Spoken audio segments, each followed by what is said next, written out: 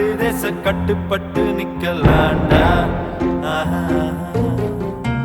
அடிச்சா வச்ச குறி சிக்கணுமையோ, குடிச்சா சமுத்திரம் மாட்டணுமையோ, நினைச்சா நினைச்சது நடக்குமல்லோ, இழுத்தா